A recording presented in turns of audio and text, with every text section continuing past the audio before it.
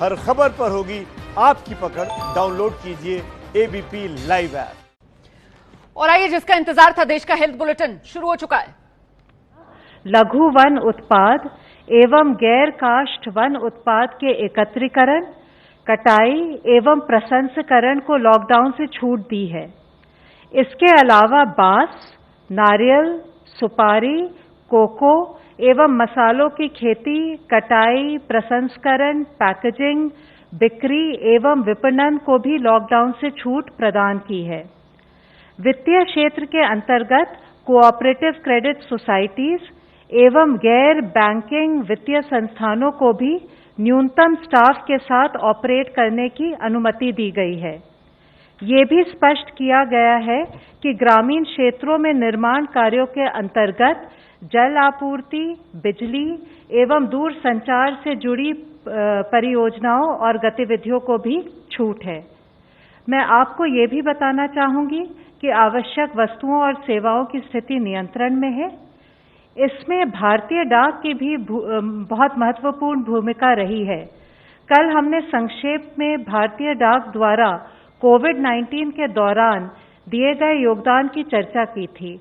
आज थोड़ी विस्तृत जानकारी आपके साथ साझा करना चाहूंगी। भारतीय डाक ने मालवाहक उड़ानों एवं लाल मेल मोटर वैनों द्वारा आवश्यक वस्तुओं का वितरण किया है, जैसे दवाइयां, कोविड परीक्षण किट और मेडिकल इक्विपमेंट जैसे वेंटिलेटर्स। उन्होंने 100 टन से अधिक दवाई एवं मेडिकल इक्विपमेंट अस्पतालों एवं अन्य ग्राहकों तक पहुंचाया है। लॉकडाउन के दौरान भारतीय डाक ने विशेष व्यवस्था करके अंतर्राज्य और राज्यांतरिक डाक पहुंचाई है। डाक विभाग प्रयासरत है कि लोगों को उनकी पेंशन राशियों का भुगतान तथा सरकार के अन्य सामाजिक लाभ उनके द्वार तक पहुंचाएं।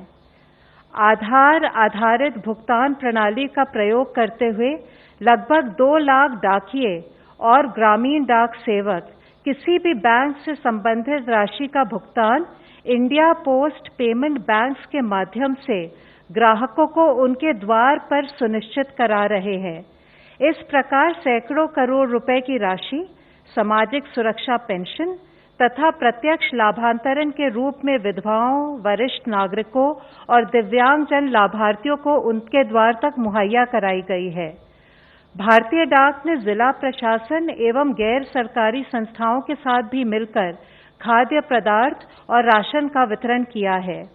देश के विभिन्न भागों में मोबाइल पोस्ट ऑफिस कार्य कर रहे हैं, जो आधारभूत डाक और वित्तीय सेवा प्रदान कर रहे हैं। इन सेवाओं द्वारा लॉकडाउन पीरियड में हमारा उद्देश्य है कि लोगों को राहत मिले। धन्यवाद। स्वास्थ्य मंत्रालय की तरफ से अब तक 1749 पीपल क्योर हो चुके हैं और उस तरीके से अगर देखें तो 13.06% पीपल वो रिकवर हुए हैं। कल तक की अगर कंफर्म संख्या देखें तो 13,387 कंफर्म केसेज आए हैं। लास्ट 1 डे के अंदर 1007 केस रिपोर्ट हुए हैं। लास्ट 24 आवर्स में 23 नई डेथ्स भी रिपोर्ट हुई हैं।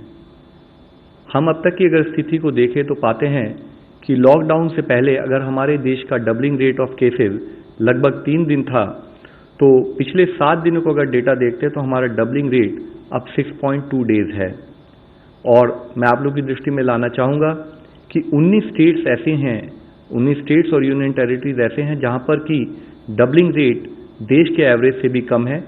और वे स्टेट्स हैं केरला, उत्तराखंड, हरियाणा, लद्दाख, हिमाचल, चंडीगढ़, पौंडीचेरी, बिहार, उड़ीसा, तेलंगाना, तमिलनाडु, आंध्र प्रदेश, दिल्ली, यूपी, कर्नाटका, जम्मू एंड कश्मीर, पंजाब, असम और त्रिपुरा।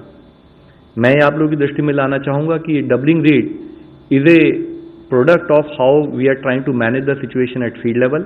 ये एक ऑनगोइंग प्रोसेस है और इस डबलिंग रेट को और कम करने के लिए और बेहतर करने के लिए हमें अपनी विजिल को उसी हिसाब से, उसी इंटेंसिटी से करना पड़ेगा। इसी तरह से हमने सिचुएशन को एक और तरीके से एनालाइज किया जिसको हम कहते हैं growth factor. Growth factor calculate किया जाता है कि जो नए केसेस आए हैं उनको उससे पहले वाले दिन कितने केसेस आए थे उसके प्रोपोर्शन में कैलकुलेट किया जाता है। तो अगर हम इस डेटा को भी देखें तो पाते हैं कि अगर हम 1 अप्रैल से 1.2 के एवरेज ग्रोथ फैक्टर को देख रहे हैं, जबकि इससे 2 हफ्ते पहले यही ग्रोथ फैक्टर 2.1 एवरेज था 15 मार्च से 31 मार्च तक, तो हम पाते हैं कि करीब 40% डिक्लाइन हुआ है ग्रोथ फैक्टर में। और ये डिक्लाइन भी तब हुआ है जब एक साथ हम लोग दूसरी तरफ से प्रयत्न करके नंबर ऑफ केसेस जहां पर सैंपल्स कलेक्ट हो रहे हैं, सारी और ILI के केसेस के भी सैंपल कलेक्ट हो रहे हैं, तो हम अपना नंबर ऑफ सैंपल्स देश में बढ़ाते आ रहे हैं। इसी के साथ ही हमने एक आउटकम रेशियो भी कैलकुलेट किया।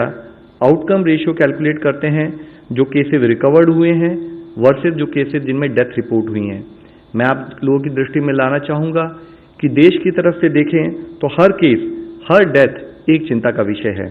और उसी समय में लेकिन अगर हम देखें तो हमारे यहाँ पर केसेस हैं करीब 80% अगर हमारे केसेस रिकवर हो रहे हैं और 20% केसेस में डेथ अगर जैसे रिपोर्ट हुई है, तो ये दूसरे देशों से अगर कंपेयर करें तो शायद हम कुछ बेहतर कर रहे हैं और हमें इसे और बेहतर करने की हमें एफर्ट करना है कि हम अपना ट्रीटमेंट और केयर फर्दर इंप्रूव करते रहें ताकि हम इस रेशियो में फर्दर इंप्रूवमेंट ला सकें।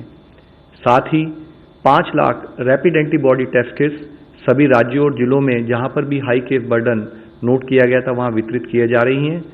कल एम्स ने भी कोविड-19 से संबंधित मैकेनिकल वेंटिलेशन मैनेजमेंट पर फिजिशियंस की एक ऑनलाइन ट्रेनिंग को ऑर्गेनाइज किया था। आज माननीय ग्रुप ऑफ मिनिस्टर्स जो हमारे माननीय हेल्थ मंत्री की अध्यक्षता में, उसमें फर्दर रोड मैप लॉकडाउन और एक्सटेंडेड लॉकडाउन की स्थिति में हमारा क्या डायरेक्शन होना चाहिए उस पर एक विस्तृत चर्चा हुई।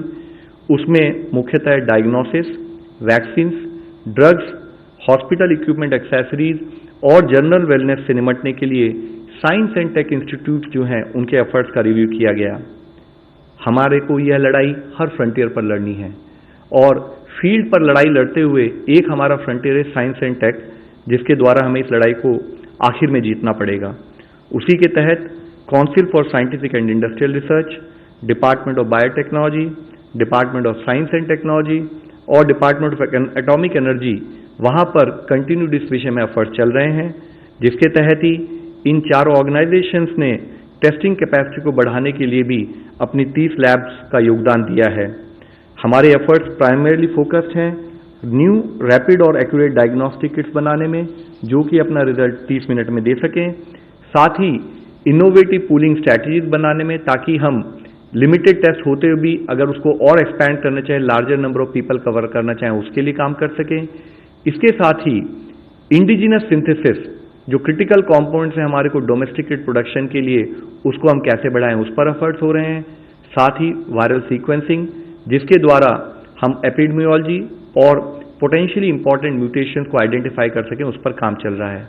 इसके साथ ही वैक्सीन डेवलपमेंट की दिशा में inactivated virus, antibodies to major antigens, monoclonals और RNA बेस्ड वैक्सीन पर भी काम किया जा रहा है। भारत ग्लोबल पार्टनर्स के साथ काम कर रहा है ताकि हम ये सुनिश्चित कर सकें कि हमारी इफेक्टिव वैक्सीन डेवलप की जाए और हम जल्द से जल्द उसको पब्लिक को मुहैया करा सकें। यह एक टाइम कंज्यूमिंग एफर्ट्स है, लेकिन हमारे सारे एक्शंस इस पर फोकस्ड हैं कि कैसे हम इस प्रोसेस को स्पीड अप करें। इसी के तहत रिकॉम्बिनेंट BCG और माइकोबैक्टीरियम इंडिका स्ट्रेन जैसे इम्यून बूस्टिंग वैक्सीन पर भी काम हो रहा है। कॉन्वलेसेंट प्लाज्मा थेरेपी पर भी कुछ साइट्स पर काम चल रहा है। DBT ने इसके साथ ही लार्ज स्केल एफर्ट्स लिए हैं कि कैसे ह्यूमन मोनोक्लोनल एंटीबॉडीज फॉर कोविड-19 पर काम करें। इसके साथ ही एक और विषय बहुत मुख्य है, वह है कि हम इफेक्टिव ड्रग्स पर भी कुछ काम करें। हमारे सामने वर्तमान में कई पोटेंशियल ड्रग्स हैं, जिसमें से कोई भी अभी फुली प्रूवन नहीं है और उनमें से कोई भी अगर इंडिया में नहीं बनती है तो उस पर भी हमें एफर्ट करने की जरूरत है।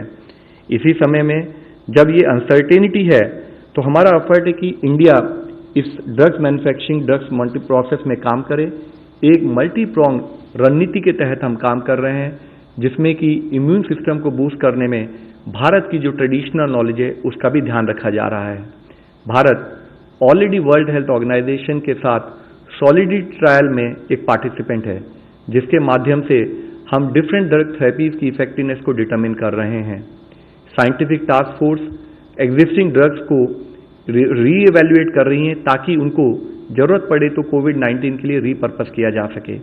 एंटीवायरल ड्रग्स ने जो कुछ स्टडीज में अब्रॉड में हमें इनिशियल प्रॉमिस दिखाया है, CSIR की लैब के द्वारा इन ड्रग्स पर भी काम चल रहा है, जिसमें कि मुख्यतः उमिफेनोफिर और फेविपिराविर ड्रग जो हैं उनके इंडिजिनस सिंथेसिस के लिए भी हम कार्य कर रहे हैं। फाइटोफार्मास्यूटिकल्स और ट्रेडिशनल मेडिसिन सिस्टम्स को भी हम एक्सप्लोर कर रहे हैं। साथ ही हमारा एक मेजर एफर्ट है कि जब हम ये एक्सरसाइज कर रहे हैं तो जो हमारे अप्रूवल सिस्टम्स हैं between ministry of health and research organization, हम उनको भी त्वरित गति से करें ताकि हम जल्दी से जल्दी जो भी हमारी रिसर्च हो उसको पब्लिक तक ले जा सकें। इसके साथ ही personal protective equipment, oxygen concentrators, ventilators और ऐसी एंसिलेटरी सपोर्ट डिवाइसेस पर भी CSIR की engineering labs, Shri Chitra institute द्वारा इंडिजिनस डिजाइन बनाए जा रहे हैं। एक मैन्युफैक्चरिंग फैसिलिटीज को आंध्रा मेडटेक जोन में डिपार्टमेंट ऑफ बायोटेक्नोलॉजी ने ऑलरेडी सपोर्ट किया है। RT-PCR किट्स का इंडिजिनस मैन्युफैक्चरर्स पर काम हो रहा है और हम उस स्थिति में होंगे कि इंडिजिनसली इसमें 10 लाख किट पर मंथ मई में बनाई जा सकें। साथ ही रैपिड एंटीबॉडी डिटेक्शन किट्स पर भी हम काम कर रहे हैं और मई तक हम लोग 10 lakh rapid indigenous kits detection kit बना पाएंगे। वेंटिलेटर मैन्युफैक्चरिंग के लिए भी हमारी कैपेसिटी हमारे साइंटिफिक इंस्टीट्यूट्स में 6000 वेंटिलेटर पर मंथ की कैपेसिटी क्रिएट की गई है। इस तरीके से डायग्नोस्टिक्स हो, थेरेप्यूटिक्स हो या वैक्सीन हो, इसमें नेसेसरी एफर्ट पर वॉर फुटिंग से मॉनिटर किया जा रहा है। कल स्वास्थ्य मंत्रालय की तरफ से स्टेट्स के साथ वीडियो कॉन्फ्रेंस करते हुए हमने स्टेट्स को कुछ फोरकास्टिंग टूल्स भी शेयर किए हैं, जिसके द्वारा स्टेट और डिस्ट्रिक्ट लेवल पर उनका जो प्रिपरेटरी एक्सरसाइज है in terms of Covid dedicated hospital, in terms of Covid dedicated care centres, उसकी वह एनालिसिस करके पा सकते हैं कि वह सफिशिएंट है या नहीं, और अगर नहीं है तो उनको किस डायरेक्शन में एफर्ट करना चाहिए based on the expected case load. इसी तरीके से डेडिकेटेड कोविड हॉस्पिटल्स और डेडिकेटेड कोविड हेल्थ सेंटर्स देश में दिन प्रतिदिन इस पर हम काम कर रहे हैं, जिसके तहत 1919 कोविड डेडिकेटेड हॉस्पिटल्स और कोविड हेल्थ सेंटर्स बनाए जा चुके हैं। टोटल ऑफ अगर उसमें देखें तो 1,73,000 आइसोलेशन बेड्स और 21,800 ICU बेड्स में उसके द्वारा तैयार किए जा चुके हैं। यह मैं आप लोगों की दृष्टि में इसलिए लाना चाहता हूं कि हर तरीके से एफर्ट चल रहा है कि अगर केसेस आए देश हर तरीके से उससे निपटने के लिए तैयार रहे। इसी के तहत हर स्टेट में, हर डिस्ट्रिक्ट में एफर्ट चल रहे हैं। जब चारों तरफ देश में एफर्ट चल रहे हैं तो उस समय में किसी एक पर्टिकुलर स्टेट में कोई पॉजिटिव एफर्ट मैं आप लोगों की दृष्टि में लाना चाहूंगा।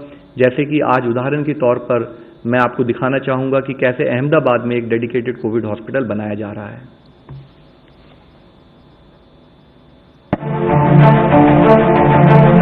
गुजरात के अहमदाबाद का सिविल अस्पताल कोविड-19 की महामारी के बीच अहमदाबाद का ये सिविल अस्पताल कोरोना संक्रमित मरीजों के लिए वरदान साबित हो रहा है।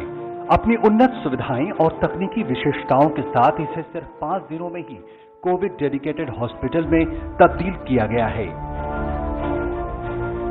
तो सब परिस्थितियों में जो इक्विपमेंट्स है, दवाइयों का जत्था है, रिक्वायरमेंट जो कंज्यूमेबल्स की है, डॉक्टर्स और नर्सिंग स्टाफ और जो हेल्थ केयर वर्कर है उसके लिए जो प्रोटेक्शन की सुविधा है, जिसमें सिंपल मास्क, N95 मास्क और PPE किट जो होती है वो सब की सुविधा हमने मुहैया करा के रखी है। 1200 बिस्तरों और 228 वेंटिलेटर बेड की सुविधाओं के साथ हर तरह के कोविड मरीजों को हर संभव सहायता यह अस्पताल उपलब्ध करा रहा है। जब मरीज आएगा तो उनको पहले OPD में स्क्रीनिंग किया जाएगा, फिर उनका टेस्टिंग होगा, उनका एक्सरे सोनोग्राफी, लेबोरेटरी टेस्ट वगैरह हो जाएगा, और जो सस्पेक्टेड केसेस है उनको हम भर्ती कर सकते हैं, और जो सस्पेक्टेड केस नहीं है उनको हम वहीं से दवाई देके घर भेज सकते हैं। अगर कोई मरीज सीरियस कंडीशन में या क्रिटिकल कंडीशन में आता है तो उसके लिए हमने OPD के पास ही एक ट्रायज एरिया बना के रखा है, जिसमें कि वेंटिलेटर और मल्टीपारा मॉनिटर और इन्फ्यूजन पंप वगैरह सब सुविधा हमने तैयार की है। तो देश का हेल्थ बुलेटिन आपने सुना, और आज तो इस हेल्थ बुलेटिन में बड़ी बढ़िया खबरें निकल कर आई। देखिए 3 मोर्चों पर कोरोना को देश बढ़िया तरीके से मात दे रहा है। वो कौन से 3 मोर्चे? डबलिंग रेट, डबलिंग रेट जो भारत में लॉकडाउन से पहले 3 दिन का था वो अब घटकर 6 दिन पहुंच गया है। ग्रोथ फैक्टर उसमें 40% की कमी आई है। और तीसरी बड़ी बात यह कि आउटकम रेशो मतलब जो मरीज ठीक हो रहे हैं वर्सेस जिनकी मौत हो रही है वो भी आंकड़ा बेहतर है भारत में दुनिया के मुकाबले, और इन तमाम आंकड़ों को और बेहतर करना है। तो ये अच्छी खबर, बड़ी खबर, बेहतर तरीके से कोरोना के खिलाफ इस जंग में भारत मुस्तैदी से लड़ता हुआ आगे बढ़ता हुआ नजर आ रहा है।